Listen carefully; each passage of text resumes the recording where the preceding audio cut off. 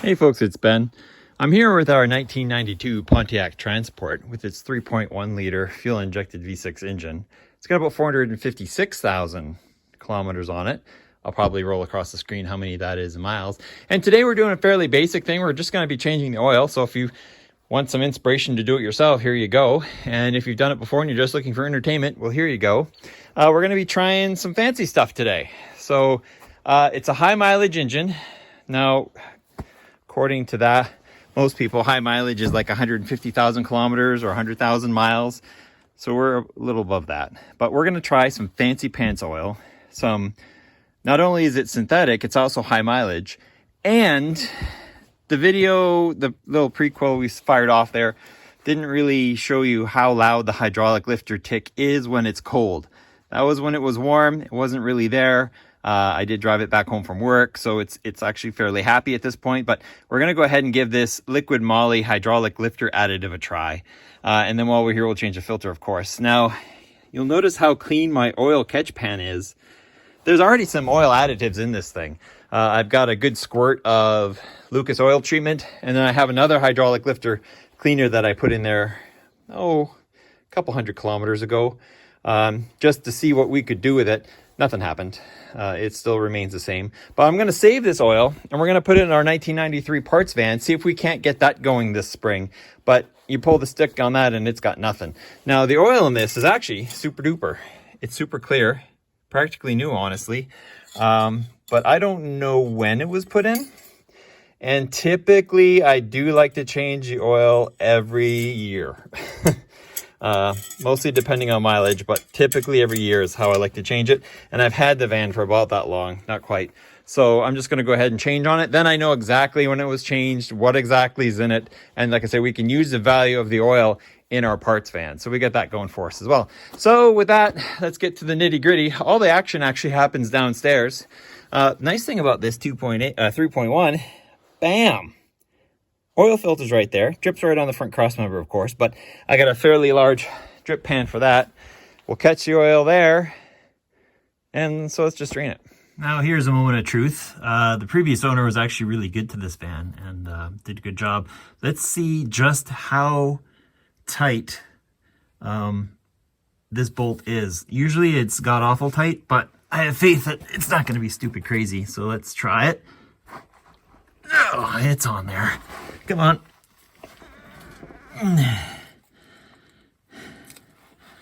Put another little push here. These don't really need to be on that tight, just enough to not come off. There we go. I mean, it doesn't leak, so that's good. So we're gonna try to not knock anything in this pan. I'm gonna push in against the plug. That's gonna keep it from leaking on my glove. And then I'll pull it away. And there goes the oil, and it looks a little worse than it is, I believe. So, and we'll clean this off, and then we'll get it ready to put back. And next up for us, the oil filter. Bam, right here. So for the oil filter, we'll just grab our strap wrench here, slide it up, and pull on it. There we go. And now she's free. So it should start dripping everywhere, but I'm not sure where.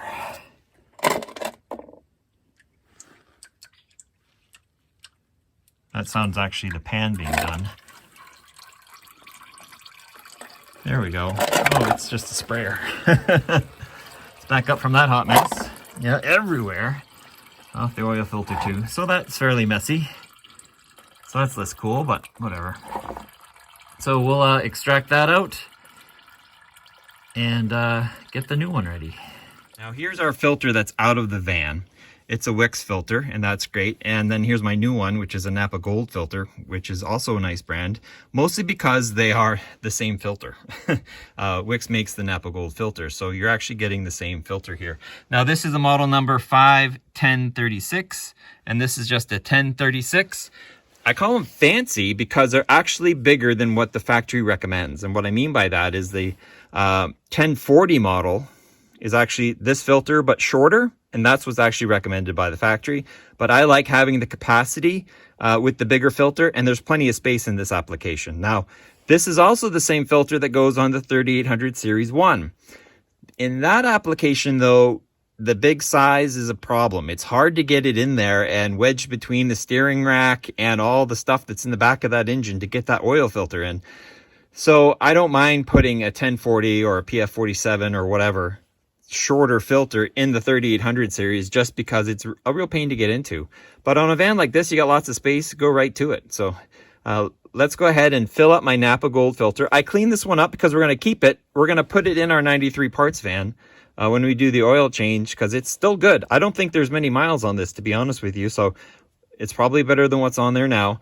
Now I'm going to take my new filter and take some of my oil that's here and fill it up so that it's full, because I'd rather have oil delivered quickly than have to wait for this thing to get filled up. And this is a fairly decent application where we can kind of put it up there mostly filled, and then we'll get to sealing up the bottom. Back under the van, I've got a great visual look at the ring here where it sits, so I'm not overly concerned about it having a retained ring or anything on it or dirt or stuff like that. I'll take it with a paper towel and wipe it down anyway, but it looks really good, so I'm not too concerned about that. Now I'm going to take my pre-filled oil filter, which is just about on the edge there. I've taken and dipped my finger in and lubricated that ring so it goes on a little nicer. And I'm going to try to be quick about this because it is at a little bit of an angle. And let's just go ahead and get this thing spun on. There we go. As soon as it makes contact about there, I'm going to take my ratchet wrench and just go ahead and do about another 180 degrees, just half a turn for good contact. And that's about as tight as it needs to be. It's just keeping that seal. And there, we're good to go on that. Next up, I'm going to take my drain plug and I'm going to inspect it, and it looks pretty good. It's not overly worn or anything like that. It's not a magnet one either, so there won't be shavings or anything on the end.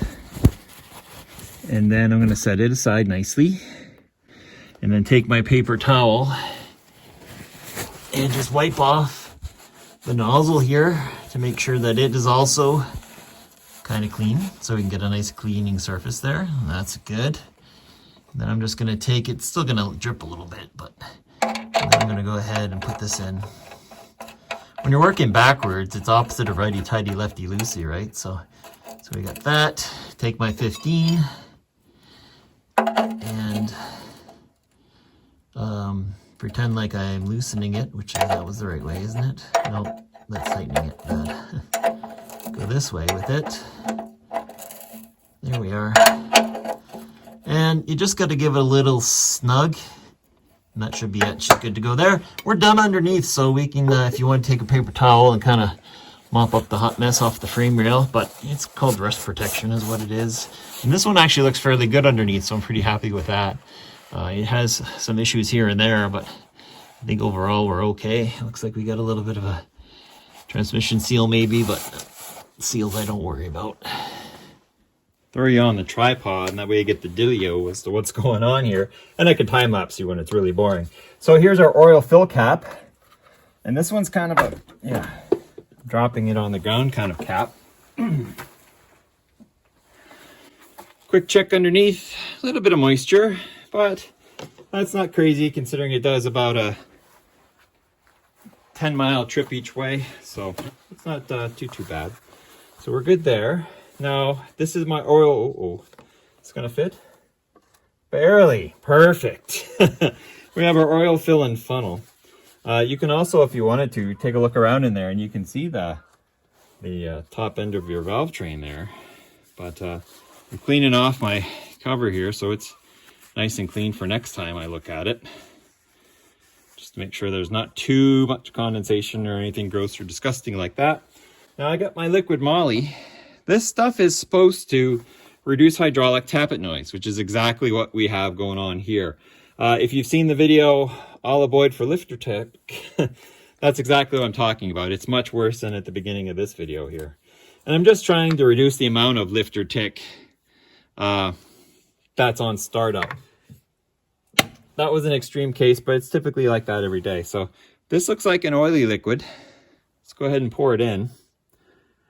I will, ooh, it's really thick. I will report back if there is an improvement. And you can also leave a comment and I'll get back to you. So today is March 16th, I think it is. Maybe, I don't really remember. It's March teens. It's St. Patrick's Day. Let's go with that. So if you ask a couple of weeks after this, I'll be able to let you know, hey, this worked out great, or I didn't notice anything. But I got it on sale at Napa, of course, because it's where I get most of my stuff.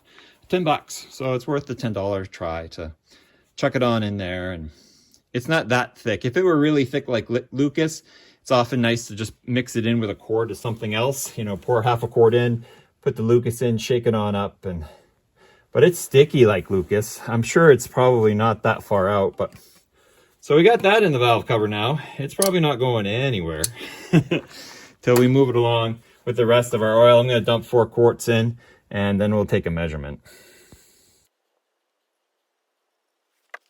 Through the magic of editing, I've gone ahead and cut out a little bit where I let all that crap go down to the oil pan. Yank the old oil stick here, wipe it off because it's still showing me what I had in it, not what I have in it now. Stick this back in, pull it back out. Oh yeah, we're just slightly overfilled. Perfect. Actually, it's right on the money. As soon as we put whatever left is in that bubble of the oil filter, it'll be good. So yeah, and that used, I went a little further. Actually, I have it's got quarts and liters and I have about 1 in it. So I put 4 in it plus that bottle of Liqui-Moly in it. So let's go ahead and put our stick back in and pull this out and catch it and put our cover back on. And let's do a start. And then we'll check it one more time.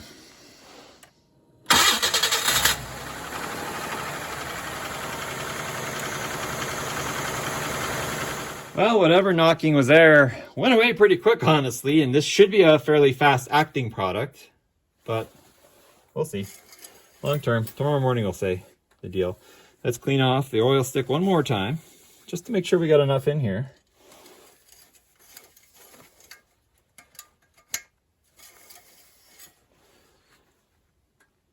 And there you go, we're still good. Right there on the stick, you'll focus on that. Right in the operating zone, a little over, still perfect. Awesome. There. Change the oil in your 3.1 liter. Mine happens to be in this awesome transport minivan, but yours could be in anything. And we'll see if the tappet fluid actually does its job or not. See if it's awesome or what have you. If you folks have any questions on it, please feel free to ask. Comments, leave those too. Give it a little time. Maybe I'll post a comment and sticky it that, you know, hey, this worked great. It doesn't knock at all anymore. Or maybe it's piston slap and it's not going to do a thing. Who knows? But I'll let you know. It's the only additive in there right now. So we'll give it a good test that way.